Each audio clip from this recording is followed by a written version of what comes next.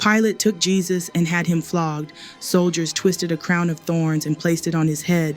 They clothed him in a purple robe. The chief priests and their officials shouted, "Crucify, crucify." But Pilate answered, "You take him and crucify him. As for me, I find no basis for a charge against him."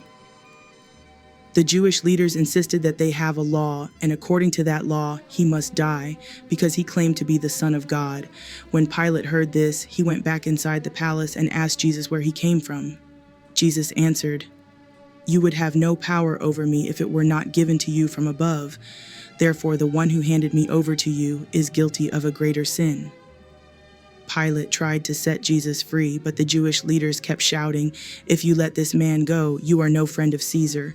Anyone who claims to be a king opposes Caesar." When Pilate heard this, he brought Jesus out and sat down on the judge's seat at the stone pavement, Gabbatha, at about noon. They shouted, take him away, crucify him." The soldiers took charge of Jesus and carried his own cross, carrying him to the place of the skull, Golgotha. There they crucified him with two others, one on each side and Jesus in the middle. Pilate had a notice prepared and fastened to the cross, which read, "Jesus of Nazareth, the King of the Jews." Many of the Jews read this sign, as the place where Jesus was crucified was near the city.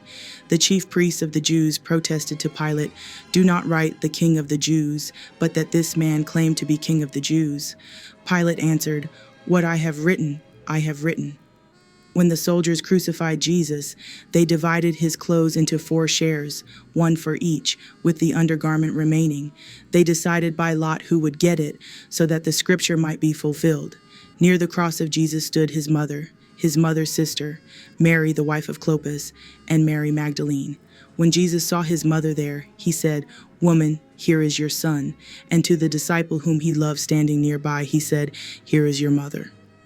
From that time on, this disciple took her into his home. Late in the morning, Jesus said, "I am thirsty." A jar of wine vinegar was there, so they soaked a sponge in it, put the sponge on a stalk of the hyssop plant, and lifted it to Jesus' lips. When he had received the drink, Jesus said, "It is finished." With that, he bowed his head and gave up his spirit.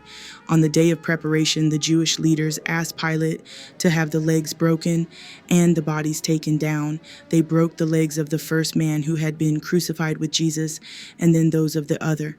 However, when they found Jesus already dead, they did not break his legs.